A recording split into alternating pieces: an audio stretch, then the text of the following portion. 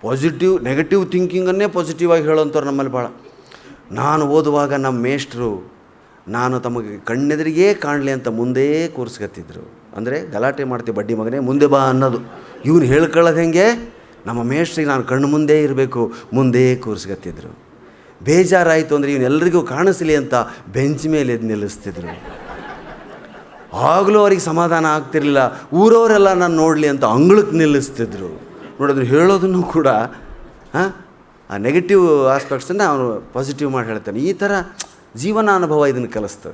ಇಲ್ಲಿ ಜೀವನ ಅನುಭವ ಅಂದರೆ ನೀವು ಏನು ಬಂದಿದ್ದೀರಿ ನೌಕರಿ, ಆಫೀಸು ಮನೆ. ನಮ್ಮಲ್ಲಿ ಪ್ರತಿಯೊಂದು ಘಟನೆಯೂ ಜೀವನ ಅನುಭವನೇ. ಓದಿಗೆ ಪ್ರಾಮುಖ್ಯವೇ ಇಲ್ಲ. ಈಗೆಲ್ಲ ಡಿಗ್ರಿ ಮಾಡ್ತಿದ್ದಾರೆ. ನಿಮ್ಮ ಕಡೆ ಹೆಣ್ಣು ನೋಡೋದಕ್ಕೆ ನಮ್ಮಲ್ಲಿ ಬರ್ತಿದ್ರು, ಗಂಡು ನೋಡೋದಕ್ಕೆ. ಇಲ್ಲಿ ಬೆಂಗಳೂರಿಗೆ ಬಂದರು, ದೊಡ್ಡ ಗೌಡ್ರ ಮಂತಂದು ಹುಡುಗ. ಇವ್ರು ಬಂದು ಒಂದು ಯಾವುದೋ ಮನೇಲಿ ಕೇಳಿದರು, ಸರ್ ನಿಮ್ಮ ಹುಡುಗಿನ ತೋರಿಸ್ತೀರಾ, ನಾವು ಮಾಡ್ಕೋಬೇಕು ಅಂತ ಮಾಡಿದ್ದೀವಿ ಅಂದಾಗ ಮನೆಯವ್ರು ಹೇಳಿದ್ರಂತೆ, ಇಲ್ಲ ನಮ್ಮ ಹುಡುಗಿನ ಓದ್ತಿದ್ದಾಳೆ, ಅದಕ್ಕೆ ನಮ್ಮ ಕಡೆ ಅಂತ. ಆಯಿತು, 1 ಗಂಟೆ ಬಿಟ್ಟು ಬರ್ತೀವಿ. ಅಂದರೆ ನಮ್ಮಲ್ಲಿ ಓದೋದು ಅಂದರೆ 1 ಗಂಟೆ ಮಾತ್ರ, ಆಮೇಲೆ ಜೀವನ ಅಂತ. 24 ಗಂಟೆ ಪುಸ್ತಕ ಹಿಡಿದು ಕೂರೋರಲ್ಲ.